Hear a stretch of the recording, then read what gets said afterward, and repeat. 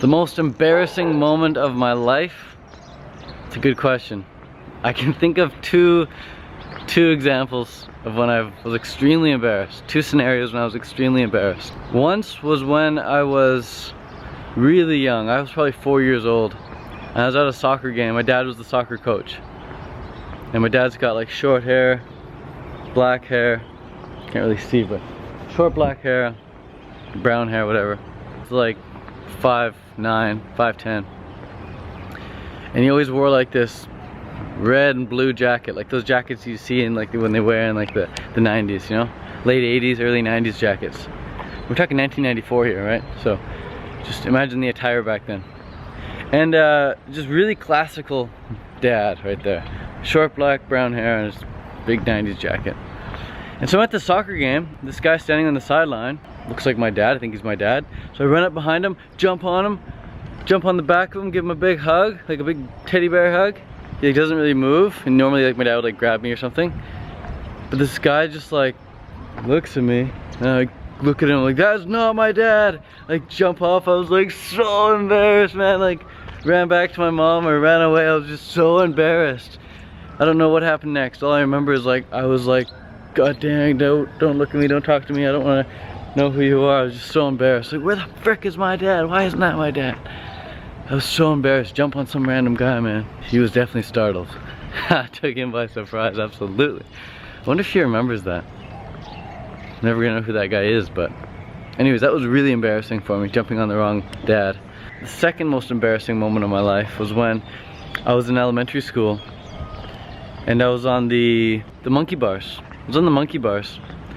But it wasn't a monkey bar actually, it was one of those dome-shaped things. You know those dome-shaped monkey bars? Like where it's just like a bunch of metal rods going around to create like that half dome.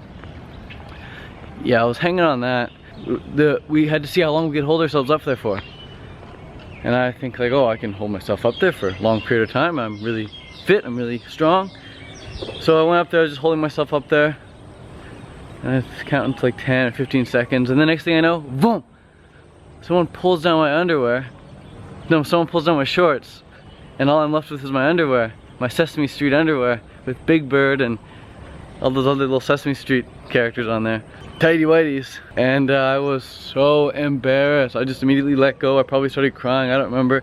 But it's just like the shock, the pure embarrassment, the shame of wearing those tighty whitey Sesame Street underwears. Anyways, those are the two most embarrassing moments of my life. I'm trying to think of some other ones. Well, I used to stutter. I used to have a stutter, and I could talk properly, especially if I got really excited. And that's like kind of embarrassing, but like I never really felt so embarrassed because I was just like, this is like who I am. It's just the way I talk. So I don't know, for some reason I never really felt embarrassed about that. But like, I guess I was scared, I was fearful of the embarrassment that I might feel, which I never did feel. But like in the moment I was like, when it came my turn to read in class, like we allowed to read like a paragraph out of a book or like a page out of a book, when it came time to my turn, what would happen is like, you know, Betty would finish her sentence and she'd be like, and that's what marked the end of the World War II. And there'd be silence. I just couldn't talk. It took me like a good 10 seconds to start talking.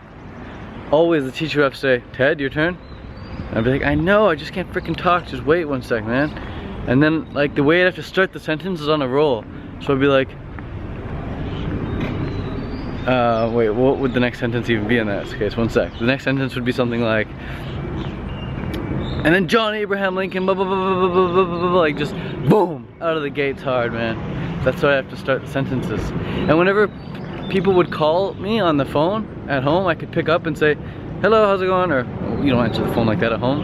You answer the phone, you're like, hello, I can do that, no problem, start a conversation. But when I would call someone, like I'd call my friend or I'd call my aunt or uncle or something, or my grandparents or whoever, I would call the school or something, especially if someone of like authority, I'd call the school up, they'd be like, hello, and I'd be like, and they'd be like, hello, and I'd just be like, I have to hang up. I have to call back. I have to call him again because I just couldn't start the freaking sentence the first time. It's crazy, man. Anyways, I got over that stutter in 2 ways, really. Like the first way I got over it, kind of got a little bit better with it, was we hired like a speech teacher. My mom or dad hired a speech teacher for me, and they would teach me to say each syllable as I walk with my fingers. Like I would put my fingers on a surface and walk like that. And so like when no one was seeing me, I could like put my hand on my leg and just be like, "Hello, my name is Ted." Talk like that for a while. That helped a little bit at the start, but what really made the difference, what really allowed me to, you know, break free of the stutter, was going raw. Once I went raw vegan, man, that stutter cleared up. It's like my nervous system just like aligned better, and I could just talk without being all, you know, stuttery about it. I feel for people who stutter now, especially if they're in their adulthood, but you can get over it, absolutely. Like there's tons of people who've gotten over their stutter. There's just different methods you gotta go through, see which one works for you. There's a video on YouTube, Tony Robbins helping a guy overcome his stutter. Now you know about my stutter, or my previous stutter that I used to have, and the 2 most embarrassing things that I've ever experienced. Not that bad, eh? Not that bad. Alright, peace, peace. Who's this slow guy? Who's this slow guy? What are you doing? What are you doing? Hey, you're in my territory. He was barking at me when I was in his territory. Now that he's in mine, he just books it. He's already barking again now. Back in his territory, he can bark there, huh? Alright.